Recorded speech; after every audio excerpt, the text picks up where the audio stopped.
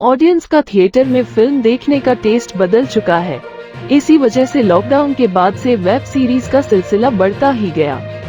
पिछले कई सालों में वेब सीरीज ने ऑडियंस के दिलों पर ऐसा जादू किया है।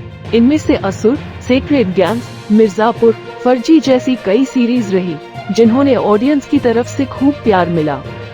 इनके अलावा भविष्य में भी ऐसी कई सीरीज हैं जो पाइपलाइन में हैं और उनके कई सीक्वल भी आने वाले हैं। खैर, आज की इस वीडियो में हम हालिया रिलीज वेब सीरीज ताली के बारे में बात करेंगे, जिसे आप जियो सिनेमा पर फ्री में देख सकते हैं। ताली सीरीज की कहानी के बारे में बात करें तो ये एक बायोग्राफिकल ड्रामा है जो कि ट्रांसजेंडर एक्टिविस्ट श्री गौरी सावंत की लाइफ पर बेस्ड है। इस सीरीज में श्री गौरी के जीवन में घटी घटनाओं और जरूरी पहलुओं को दिखाया गया है। इस सीरीज में उनके बचपन से लेकर उनके ट्रांसजेंडर बनने तक की पूरी कहानी दिखाई गई है। सीरीज में गौरी यानी गणेश नाम का एक लड़का 13 से 14 साल की उम्र में घर से भाग जाता है क्योंकि वह नहीं चाहता कि उसके पिता ताउम्र शर्मिंदगी बर्दाश्त करें। हालांकि पहले उसकी मां उसका साथ देती है, लेकिन अचानक से मां का देहांत हो जाता है। इसी वजह से घर से भागने के अलावा उसके पास कोई दूसरा रास्ता नहीं बचता। इसके बाद से ही गणेश के गौरी बनने का सफर शुरू होता है। गौरी के पास उस टाइम पर कुछ नहीं था, लेकिन कभी भी उसने ऐसा काम नहीं किया जिससे कि उसे और उसके परिवार को शर्मिंदगी उठानी पड़े।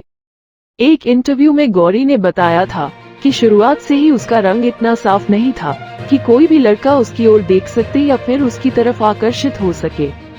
ये भी एक बड़ी वजह थी कि अकेली होने के बावजूद वो गलत लोगों की नजरों से बची रही। वैसे देखा जाए तो सीरीज में गौरी के समक्ष 3 ऐसी लड़ाइयाँ दिखाई गई हैं जिनसे उसे लड़ना है और बाहर निकलना है। इनमें से एक लड़ाई है आइडेंटिटी की, जिसमें उसे लोगों के सामने खुद को साबित करना है। इसके अलावा दूसरी लड़ाई उसे समाज में रहने वाले अच्छे और बुरे लोगों के बीच खुद को बचाकर रखना है। साथ ही गौरी की तीसरी लड़ाई है इक्वालिटी की और इसमें वो चाहती है कि समाज में बाकी लोगों की तरह उसे भी उतना ही सम्मान मिले जितना कि सभी कॉमन लोगों को मिलता है। चलिए सबसे पहले बात करते हैं ताली वेब सीरीज के कुछ प्लस पॉइंट के बारे में। सीरीज में कुल 6 एपिसोड हैं और हर एपिसोड औसतन 28 से 34 मिनट का है। शुरुआत के 1 से 2 एपिसोड देखने में अच्छे लगते हैं और आगे देखने के लिए उत्साहित करते हैं। इनके अलावा सीरीज में कई जगह ऐसे दमदार डायलॉग देखने को मिले हैं जो सिर्फ सुनने में अच्छे नहीं हैं, बल्कि आपको सोचने पर भी मजबूर कर देंगे। सीरीज में कई ऐसे डायलॉग हैं जो कि आप सिनेमा हॉल में होते तो जरूर सीटियां बजाने पर मजबूर हो जाते। इनमें से अगर कुछ चुनिंदा डायलॉग की बात करें तो इनमें ताली बजाऊंगी नहीं बजवाऊंगी, इस देश को यशोदा की बहुत जरूरत है, मुझे स्वाभिमान, सम्मान और स्वतंत्रता तीनों चाहिए। भारत एक पुल्लिंग शब्द है, फिर भी हम उसे माँ बुलाते हैं और माँ अपने बच्चों में कोई फर्क नहीं देखती है।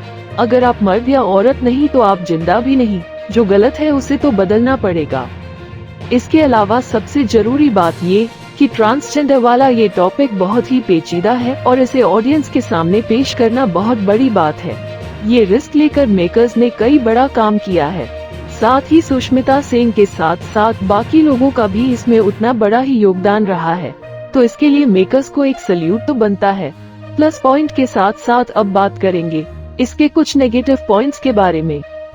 सीरीज का सबसे बड़ा नेगेटिव पॉइंट है इसका जरूरत से ज्यादा लंबा होना। सीरीज के राइटिंग और स्क्रीन प्ले के साथ काफी कम काम हुआ है। कई जगह ऐसा लगता ही कि ये सीरीज आखिर कब खत्म होगी, क्योंकि कई जगह सीन ऐसे दिखाए हैं जिन्हें देखकर सभी को लगेगा कि ये फालतू में ही डाले गए हैं। इसके अलावा जैसा कि हमने शुरुआत में बताया कि गौरी का रंग इतना साफ नहीं था, जिसकी वजह से उसने इंटरव्यू में बताया था कि वो लोगों से बची रही। लेकिन सीरीज में इस बात पर ध्यान नहीं दिया गया है, क्योंकि गौरी सावंत का कैरेक्टर प्ले कर रही कृतिका देव और सुष्मिता सेन वैसी नहीं दिखाई गई हैं। इन सब के अलावा वैसे तो सुष्मिता सेन ने अपने करियर में कई बड़े रोल किए हैं, लेकिन एक ट्रांसजेंडर के रोल में वो कहीं कहीं चूक गई हैं। खासकर उनके आदमी बने रहने का लुक कई बार काफी ओवरहाइप्ड लगता है।